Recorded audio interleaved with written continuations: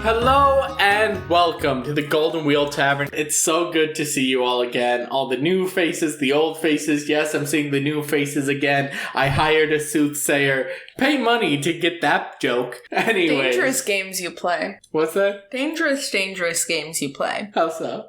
Making stupid jokes when my mouth is full of liquid. The kind that could destroy your computer. We have milkshakes. We have milkshakes. Just regular old, good old chocolate milkshakes. Just have a milkshake on this one, you know? Yeah. We would have added alcohol to it, but we have neither chocolate alcohol nor regular cream alcohol, and I just wanted a milkshake that tasted like chocolate ice cream. Do we not have that chocolate alcohol anymore? No. We have chocolate milkshakes. I guess make it boozy if you want. Ours aren't boozy. It's been a while since we've had a boozy one, but that's just how it is. Yeah. I'll finally have some new characters soon. Well, we do have some new characters that we'll talk about in today's Tales from the Tavern's Tables. Mm-hmm. Which I have decided to make a new character because everyone hates you. Except for one of them. Except for one of them. Which, honestly, a regular plain old milkshake wouldn't fit that too badly for that one. Considering his backstory. Are you talking about Sir... Yeah. Oh, okay. Sir Knight. Yeah. Jack Wolf P.I. Yeah. We have two new characters. Yeah. Because two characters left. And died. Well, they appear to have died. They died. It is unknown whether or not they are actually dead. They're dead. I do not trust the bartender in this regard. Or any regard. Some regards I trust the bartender. Nope. I trust the bartender to be a silly little guy. This is a lie. The Tavern Keep does not trust the bartender to be a silly little guy. You cannot trust the bartender. I do not trust the bartender to write the lore about the trust between the Tavern Keep and the bartender. This is because the Tavern Keep does not trust the bartender at all. For any reason. Refer to my previous point. Anyways, so, our Sunday group, time we had talked about them, we were trapped in a D&D world, and we could not roll high. We discussed the D20 rolling low over and over, and the fact that that caused trouble for the DM. Well, our group escaped. Turns out, the entire D&D world was a reality bend created by an older parallel, actually this universe version of my character, who's a reality bender. So we called him Big Matthew. Because he's from the primary universe, yeah. And you guys are technically the parallel universe version. Technically, I'm the parallel universe Matthew. So Big Matthew created this D&D world and trapped us in it. And afterwards, after we escaped, he tried to make deals with us. And basically the deal for two of our characters was, hey, I want to get out of here. To be fair, the deal for Seth was he did not have to leave. He could have stayed, and Big Matthew still would have fulfilled his end of the deal. Yeah. He was just like, no, I think I will go and actually see the things. Yeah. Seth and Raiden. Raiden was a character with a classic flaw, which is you created a character who didn't want to be there. Yeah. And the issue with that kind of character is it's a fine line you have to play between not wanting to be there and going along with it. Yeah, and it's a hard line to play. Yeah, it's difficult to play that character well. So, because the Raiden character left and the Seth character left, we got two new people coming in. And I think you provided good reason for the player playing Raiden to swap and pick a character who wanted to be there. Yes. Which is good. I'm glad you gave that opportunity, and I think that's an important lesson, is that sometimes you have to provide your players with an opportunity to change things about their character, or possibly change their character if they're not having fun, right? Fun is the most important thing. Yeah, and your players won't always tell you when they're not having fun, as was in this case. That player in particular had just started putting in the group chat, hey, when is the next campaign? And I kind of got the idea that they didn't want to play their current character. Speaking of parts you aren't hearing, because I'm going to cut this out for the non-Patreon cut, what the Patreons got to listen to for, according to 10 minutes, or approximately 10 minutes according to the bartender. I'm so sorry, patrons. You can get that section, which the bartender has apologized for apparently, by going to patreon.com/The Tavern Keeps Guide and following us on Patreon. You get the cold intro, the cold outro, the cut bits, the weird parts that I just kind of left in, the Patreon edit. If you can't support us monetarily, if you could go to our social medias and like and follow and share and dongle the bongles and bongle the dongles on all the social medias and whatnot, we'd really appreciate it. Particularly, go to the YouTube, watch the YouTube cut, leave a comment there. Follow us on Twitter, Tumblr, TikTok, Mastodon, Dice Camp Instance, Blue Sky, all under either The Tavern Keeps Guide or The Tavern Keep. Find us there, follow us, we really appreciate it. Spread the podcast by word of mouth. Honestly, that's the best way the podcast grows at this point. So I'd really appreciate it if you could do that. Otherwise, like I said, go to Patreon, patreon.com/The Tavern Keeps Guide. Thank you so very much for your support. I think you should leave in the you can cut this part out if you want, probably. Yeah. But you're like, go to Patreon, it's support us monetarily if you can, and then my brain's like, don't do that. Don't do that. Not during this time. During this time, if you want to give money, you should donate it to a Palestinian family. If you have the money to do so. If you have the money to give us for our Patreon, save it for now, right? While we love being paid for this, we're not dependent on it. This does not carry our lives. Would we like it to someday? Yeah. Yeah. That's not going to happen anytime soon. So if you are a new listener who out of the blue is like, yeah, I want to give these guys $5 a month. That's great. Give it to a family in need in Palestine for now.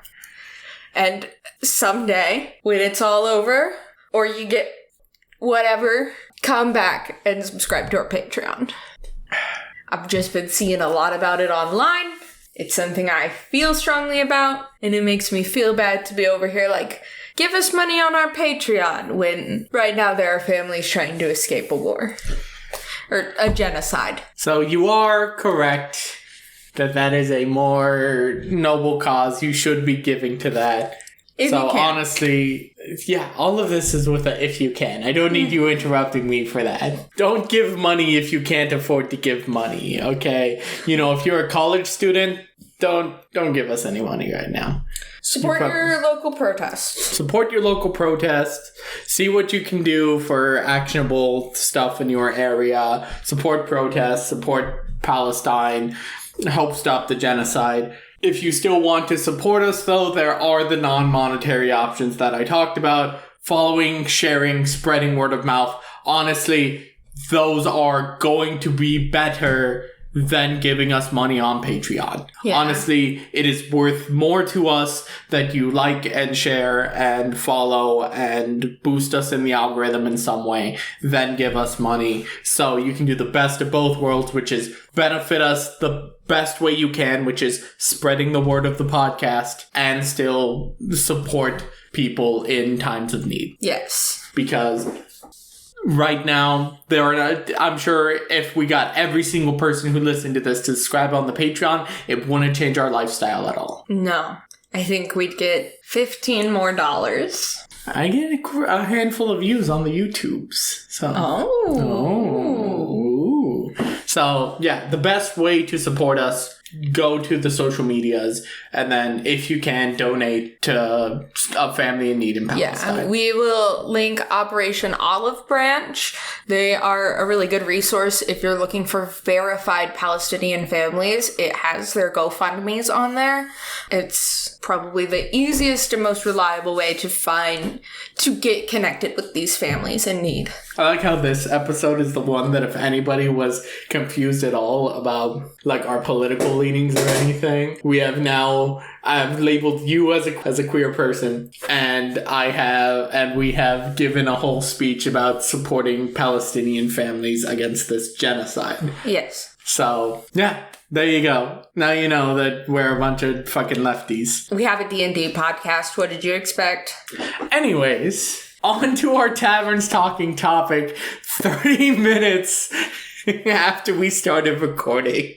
Which will, for non-patrons, probably be like 15 minutes Yeah. into the episode. So not that bad. Sorry to break the hearts of people. Yeah, we covered why you probably shouldn't get the extended cut for this episode. So, well, that will probably be in the normal episode. Yeah, that will be in the normal episode. But the reason why it's 30 minutes, as in the missing content. Yeah. Yeah. On to our Taverns Talking topic for today, which is something that we have had multiple sessions of experience with lately. One-shots. One-shots. What is a one-shot? It's when you play a whole campaign in one sitting. A TTRPG session that has a clean start and end to its story. Pretty much it. Well, you try to. Let's be honest. Sometimes a one-shot turns into a two-shot or a three-shot. But you try to make it so that one session has a clean start and end to the story of that shot. Hence why it's called a one-shot, because it's one session, one shot. Usually players build a character specifically for the one-shot. Sometimes they're pre-gen, but the defining feature of a one-shot that it's self-contained and done quickly. So typically a one-shot is not going to be an important part of a larger arc in a different campaign, or it's typically, like, once again, done quickly. You're in, you're out, 5-minute adventure, you're done, except it's, 4 hours. Yeah. So it's very clean and very simple. But why would you want to play a one-shot? I like playing one-shots because I like playing new systems. Sometimes you don't know if a new system is going to be good or if it's going to be bad. And so if you're just committing to one time playing it, you can kind of get an idea of whether or not you're going to like it. One-shots are inherently non-committal. You're not planning to put a bunch of time into it. It's very much just... You don't have to block out 3 months worth of sessions to get, a feel for this system. You just do a quick one-shot, see how everybody feels about it. If they're mediocre, maybe do a two-shot. Otherwise, if everybody loves it, you can probably do something bigger. If nobody likes it at all, you can probably just put it away. Mm-hmm. And because it's so non-committal, it's just one thing. I actually really like one-shots as a palate cleanser. Mm-hmm. I like one-shots as sort of a refresher or just like a quick snap to something different between campaigns. That's actually what's going on in our Saturday group right now. Mm-hmm. We are between big campaigns, and I mean big campaigns, like full campaigns. So we're currently filling, I think yours will be the third one shot. Yeah, I think the third and the last. Yeah, because unless somebody really has something else they want to do, it's going to be your one shot and then the start of my campaign. So hyped for that. The artist of our group has sent everyone like full character art. Full character art. It's so fucking cool, guys. I love the fact. I have posted about it on social media when somebody asks like what's something somebody in your TTRPG group does that you really appreciate. One of our players does art. Just like as a hobby, they have a Patreon. Probably gonna link the Patreon. But once again, circle back to the earlier conversation. Yeah. But they do artwork a lot of times for sessions. Mm-hmm. So leading up to this campaign, they've made everybody a character art, which is awesome. That's phenomenal. I personally love that.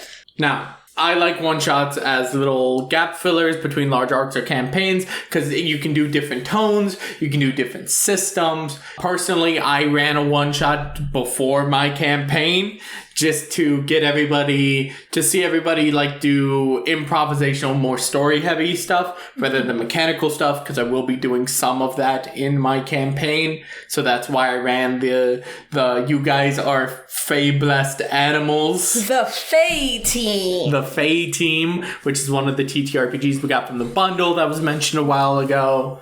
So I like one-shots as just palette cleansers and short gap fillers, which... During my campaign, I will be between arcs, like, every 2 arcs or so probably, I'll be like, hey, let's do a quick one-shot as just a palette cleanser so we don't get system fatigue. Yeah. The last reason I would say you might want to do a one-shot is missing players. So, sometimes you have scheduling issues. Our Sunday group has a lot of those. Not as much as my Thursday group.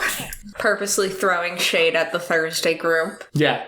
Somebody asked me, wasn't your Thursday group meeting someday? I'm like, they haven't met for a little while. They've been having... One of our coworkers quit and now works at another job, and so now it's like they can only get to our house at a certain time, which then just only leaves for 2 hours of play, and there's no really any other days that we could do it. So we're just kind of having trouble making it work with all that. You know how it is. If you listen to this podcast, you probably also play D&D and know how it is. Versus our ironclad Saturday group. I'm still getting hounded by one of the sister department coworkers. Oh. Teach me how to play D&D. How do you run a game? Next time he asks, I'm gonna be like, okay, I'm gonna teach you how. You're gonna need to go online and look up the Tavern Keep's Guide, where you can listen to me explain different facets of running and playing a TTRPG. Listen to the entire podcast. Everything that's available. Find the old stuff that's no longer available. Find the old stuff that was trimmed off the feed because it's outdated and now archived separately. Somehow find that and listen to it and then get back to me. Anyway. Our Saturday group, so ironclad. Our Saturday group's something that other groups are jealous of. It's just like, yeah, we meet every other weekend. Don't you guys have to No, we don't. No. We meet every other weekend. Anyways, missing players, right? So one-shots we said are self-contained and they're quick. So you can still meet up with your friends and play a system, play a TTRPG, and you don't have to worry about, oh no, I missed out on us killing the BBEG, or oh no, my character had to be placed in Wither's wardrobe. Mm-hmm. You know, there's no awkward shunting a player into an extra dimensional space for a session or them missing out on important stuff. You can still play a TTRPG and have fun with it, have an entire story play out in 4 hours, and the player that's missing doesn't have to feel as bad about the fact that either they kept you guys from playing at all or they missed out on something important. There's one other reason why you could play a one-shot, and that's, let's say you have a big campaign coming up, mm-hmm. and you have a big extensive world you've made about it. And you want your players to know some more about that world. And so you want to give them time to play around in that world before starting the campaign. You may run a one-shot where they can just kind of get a feel of the world.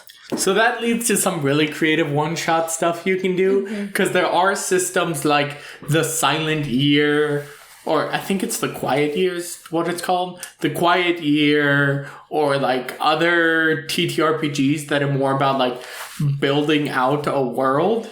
Mm-hmm. And you just do like a one-shot or two-shot of that TTRPG to build out the world. And then you pivot to the system you want and put it in that world. There are some really interesting TTRPGs out there that you can do one-shots with to give you stuff to put into a different system. So, yeah, one-shots are a phenomenal tool. Yeah, or you could have a one-shot that you're playing, but it happens like 100 years before the actual campaign takes place, and those characters' decisions deeply affect the actual campaign. That would be pretty fun. So, how to run a one-shot.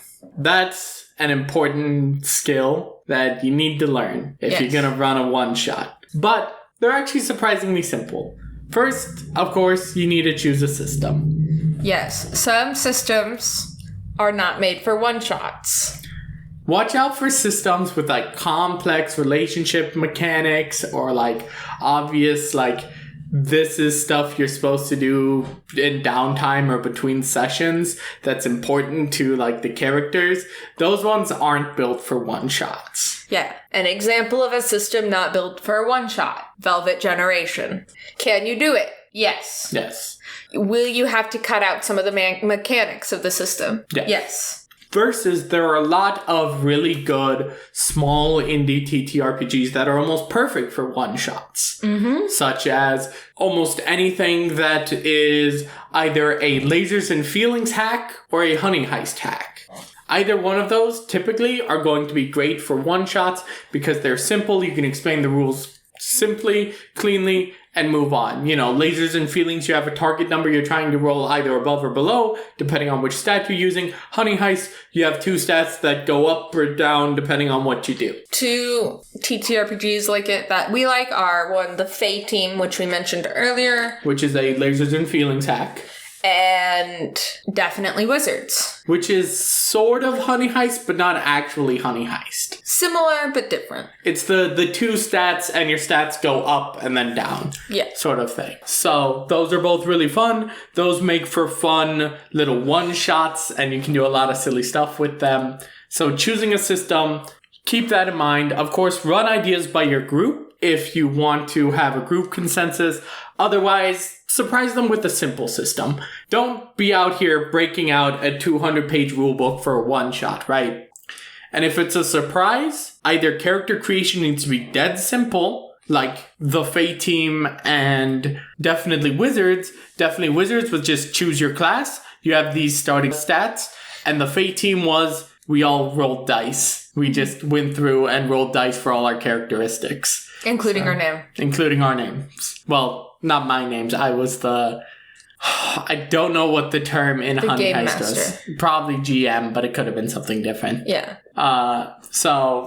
Right, because the Fae Team is one that's like, if your players are experienced enough, you can all just have characters, and then you all sort of just go around controlling what happens. And while we are experienced enough, we wanted to roll. Yeah, they all wanted to roll, and I wanted to GM. So, speaking of rules, though, actually, first of all... You never finished your sentence. I did not finish my sentence. If it's a surprise, character creation either needs to be dead simple, or you need to have pre-gens. For example, we did a one-shot of Cyberpunk Red, and there were pre-gens, because character creation is not simple in Cyberpunk. And my character's name was 24/7, he was Media, and he was Baby Girl. Mine was Chanda, and she was the exec. Yeah. Yeah, so...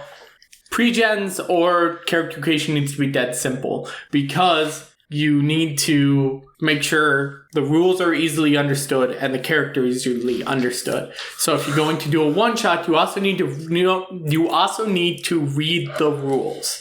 Know the rules offhand or have a list of the rules to easily check. Rule quickly as a GM, resolve quickly, and move on. You need to keep things moving forward, and you need to just have just a litany of the rules just tumbling in your brain.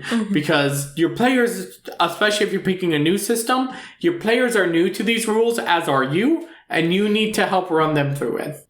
Unless your players are new to the system and you're not. Yeah. But then you still need to know the rules and roll quickly. Yeah, in that case, you know the rules offhand, but you need to be able to elevator pitch the rules. No, but this isn't game night. You don't pull out the box, open it up, start flipping through the 37-page rule book, break out the board, look at the pieces, be like, okay, so these we will need in round 7, these we'll need in the end game, but unless you have the filibuster card, then you might get those halfway through, but then they'll go to the community. No, just elevator pitch the rules. Fae Team, you have a number you're trying to roll. Over it if you're using your brain, under it if you're using your brawn. Definitely Wizards, you have 2 stats. You're trying to roll under your numbers. If you roll under, that number goes up unless you hide it in some way. If your number reaches 6, that's bad. Elevator pitch the rules, keep things moving, because nobody wants to spend an hour discussing rules before playing a single session of a game. So, keep it simple. Which is part of the next point I want to make, which is write a loose plot. Keep it simple, loose. This is a one-shot, not a campaign. Yes. Like the one-shot I have coming up. It's a very simple idea. You are guys at a corporate retreat, and then a monster attacks. That's the plot. That's the plot. Or like when you ran Monster of the Week at the con. Yes. The thing there was, you are monster hunters. You have found a monster. You will hunt it. Yeah. It's keep it loose, keep it simple, keep it fun. This is not a campaign, so you can play a little loose with it. You don't have to worry about everything being strictly going exactly as you want. Move things around. Nobody's going to care about quantum ogres in a one-shot. I'm gonna say in a one-shot there is something that you should be very keep in mind about, and that is make sure you're failing them forward. Failing forward is a great tool in a one-shot. You don't have all the time in the world. We're not trying to make this one-shot, a two-shot, or a three-shot. You need to fail them forward. Take something from them, move the plot forward. Listen to our episode on failing forward for more detail, but in a one-shot, fail forward is key. Now, keep your plot loose and try to keep it lighthearted. You can do an emotionally heavy one-shot, but it'll be heavily reliant on your group and the ability to handle heavy emotional themes, while also keeping in mind that your characters won't have, well, your players won't have as strong of a connection to the characters or the world. So, like, you won't necessarily have an extremely beloved NPC to put in danger. No. You'll have a slightly beloved NPC when you put Meepo into danger. Listen, man. Meepo is a kobold that hangs out with you. Yeah. That's a very beloved NPC. If you really want to emotionally devastate the party, give them a little guy that they attach to. That's the fastest way to get a beloved NPC. And that's why Radiant Citadel, why Sunken Citadel, from Tales from the Yawning Portal, perfect campaign. It has a little guy named Meepo. Sunless Citadel. Yeah. That's what it's called. The Sunless Citadel. I will sing its praises till the day I die as a little introductory campaign. It's not that good. It's not like mechanically perfect, but it's really good for an introduction. Mm-hmm. And yeah, so your one-shot can be emotionally heavy, but that'll be heavily reliant on your group. One-shots are actually really good for like humor and like fast-paced stuff. If you want a good system for emotionally heavy one-shots, look at Girl by Moonlight, the Magical Girl TTRPG, because it's all about emotions. Yeah, you can find something that works for you. Speaking of failing forward and deep emotional commitment, you have to keep pacing in mind. This is a one-shot. If you want more about pacing, go listen to our pacing episode where we talk about that, where we talk about, you know, the fact that we went to Con of the North and we had to run stuff at a breakneck pace. Fast, short is important. You can't have huge arcs with deep emotional commitment, at least not as easily. It's about keeping things moving. You have to keep stuff moving for it to be a one-shot, or else you run the dreaded risk of the two-shot. Or even potentially the three-shot. No! You don't want the two-shot or the three-shot. You wanted a one-shot. In and out adventure, you're done, you're moving on. You're gonna go play D&D next week. The only time people want 2 shots and 3 shots is when it comes to espresso in their coffee. I was gonna go with Saturday nights, baby! No, then it's 4 shots or 5 shots. If you ask for that at the coffee shop, you might get a, "Hey man, are you good?" Listen, man, I need at least 4 shots in my drink, or else it's not alcoholic enough. Listen, barista, I just need you to take the largest cup you have and fill it with shots of espresso. I don't care how much the cost is. I don't care. Do not add anything other than espresso, and if you have, like, that energy syrup, a few pumps of that as well. I think that would create a health risk. Anyways, yeah, keep it short. And last but not least, have fun. As they say, no D&D is better than bad D&D, so make sure Yeah, it's there's bad. no D&D that's better than bad D&D. Woo! Yeah! We love bad D&D! But seriously, even if it ends up being type 2 fun, which, if you don't know your types of fun, type 2 fun is you decided to go hiking through the woods for 4 hours and you're miserable halfway through, but afterwards you're like, man, that was fun. Type 2 fun is when you're doing a monologue and then your teacher is like, hey, can you do it with this condition? And you end up like sobbing during the monologue, and afterwards they're like, how was it? And you're like, that was great! Yeah. Type 2 fun is in the moment, it's difficult, it makes you feel powerful emotions that make you feel, as some people would say, bad, but afterwards you have fun. But even if it ends up being type 2 fun, having fun is the most important part. If you're not having fun, why are you playing a TTRPG? Well, because having a bad TTRPG session is better than not having a TTRPG session. That is not what that saying means. I'm pretty sure it is. Oh, okay. Anyways, remember, folks, no D&D is better than bad D&D. That's right. Now, on to Max's Monster Minute. What's the minute? So I'm choosing these for a very specific reason, and you'll understand if you open the book. If you open your monster manual to page 285. The reason why I'm picking these is because the art makes him look like just... that's supposed to be the hot guy in the YA romance novel. Now I have to look up something specific. These are your book talk girlfriends and book talk boyfriends. Are they as problematic? Yes! Oh, okay. I mean, they're quite literally evil. So that's the first edition one. The first edition one is so much hotter. Second edition one. Also so much hotter. Third edition. Oh, she's way down there. Yeah. In the fucking smoking hot. Hanging out with the Nafalchny. That's the fourth edition one. Starting to get more into that YA territory. And then the fifth edition one. That's the evil lady and evil guy. Those are the evil hot people in the YA fantasy novel. They're the cool ones in the dystopian YA fantasy apparently novel. this one's actually the succubus. Anyways, this monster is the incubus and the succubus. In case you hadn't picked that up by now. Mm-hmm.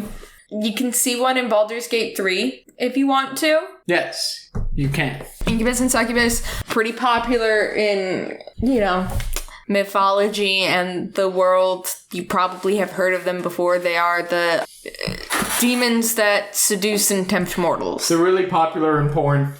That too. Do you have to have your incubus or succubus fuck in your campaign? No? Are you a coward? Yeah? Cool. So, the Cambion you can summon with Will's sword in BG3 is an incubus. Because he has Draining Kiss, which is not a Cambion thing. But you have Fiendish Charm, but not Draining Kiss. Correct. Wait. Succubi and incubi can reproduce with one another to spawn more of their kind. A Cambion is the offspring of a fiend, usually a succubus or an incubus. Interesting. And a humanoid. Yeah. Not the one in BG3, because it has Draining Kiss. It's a full-on incubus or succubus.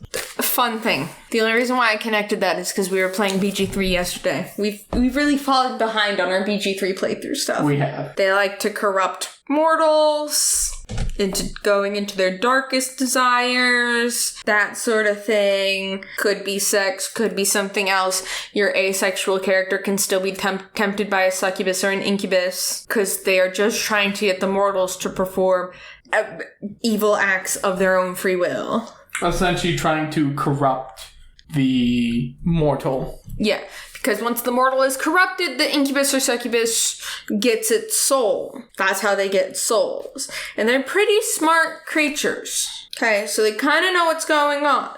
Their dump stat is strength.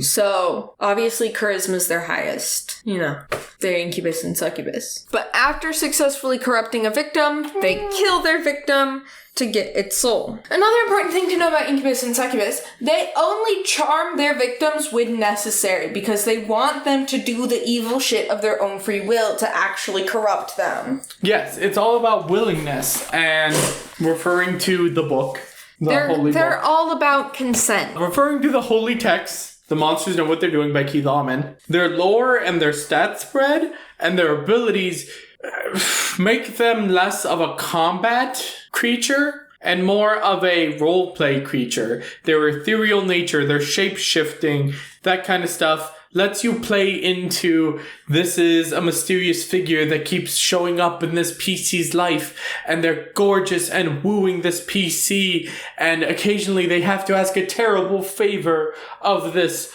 PC. They're gonna try to convince the PC, oh, you have to go take those coins from that beggar because he did me wrong, other things, and just try to persuade and woo the PCs in a way because their abilities really lean into that, eventually corrupting the PC entirely, and then, even then, incubi and succubi don't want to fight. Their stat spreads and the fact that they're demons, so they don't really have anything. They're like, oh, I need to stay and fight for, means that if you're fighting them, they're likely to turn ethereal and just leave. Yeah. They first show up in people's dreams to convince them the bad things they want to do aren't bad, as a really gorgeous object of that person's desire. Then next, they'll show up after corrupting them via dream in real life as that dream person of theirs to befriend them and continue and start trying to convince them to act on those desires IRL and not just in the dreamland. And then after the soul is so corrupted, they take their little claws or their little kissy kiss and they kiss or claw them to death. Mainly smooch. Mainly draining kiss. Because usually they can get a willing kiss out, then use their charm to then do a second draining kiss. Yeah. Draining them of all their life, killing them so that their soul goes to the lower planes where they can collect. Yep. That's on your player character's future book talk boyfriend. Quiz ball. The message delivered by the spell Magic Mouth cannot exceed how many words in total? 10. Incorrect. Is it 25? Yes. Damn. The message must be 25 words or less, although it can last 10 minutes. See, I thought it was different than sending, but no, it's the same as sending. I should have known. I should have gone with my gut feeling. What wargame club focused on medieval rules did Gary Gygax and Dave Arneson both belong to before working on D&D? Lake Geneva Gaming Convention. No. Damn. The Castle and Crusade Society. No, I'm pretty sure it's the Lake Geneva Nerd Convention. The Perryton resembles a composite of which two animals? An eagle and a deer. Technically? It's like a bird and a stag, sort of. Yeah, that's what it says. A bird and a stag. Oh, okay. Well, my second guess was exactly what they wanted, but Yeah. the first one's close enough. Yeah, that's why I said technically. Yeah. Because that's the evil paladin summon. In what abandoned elven kingdom, now a forested region of Faerun, have drow begun to return to the surface in large numbers? Celadrain. Incorrect. Damn. Cormanthor.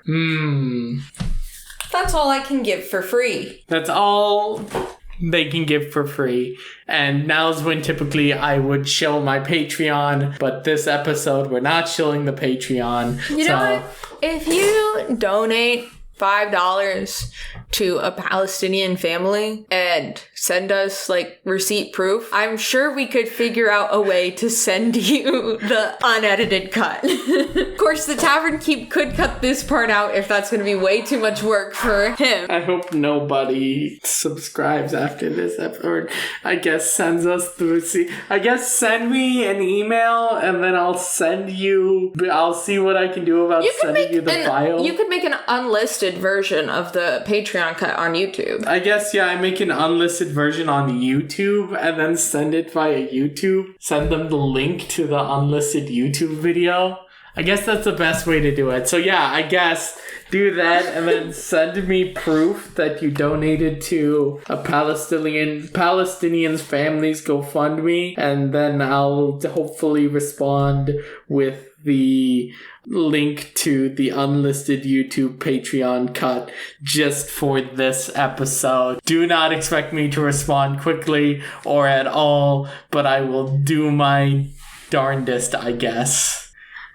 I'll come up and check once in a while. We'll check once a week. The bartender is writing checks that I have to fill. All he has to do is sign them. You're writing checks that I have to cash. Just so everyone's aware, link to the email is in the description of the episode, so you should be able to find the email there to send that to. This episode has about looking at 10-15 minutes extra content, so it may be worth it. Anyways, I guess that's how you'll get the intro.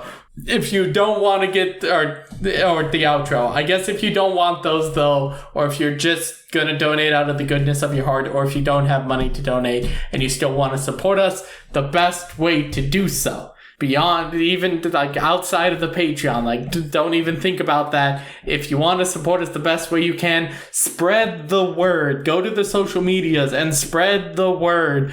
Go to your friends and spread the word. Go to TikTok, Tumblr, Twitter, Mastodon, Blue Sky, The Tavern Keep, or The Tavern Keep's Guide. Anywhere across all of those, find us, share, like, follow, algorithm boost. Go to the YouTube, subscribe, like, comment.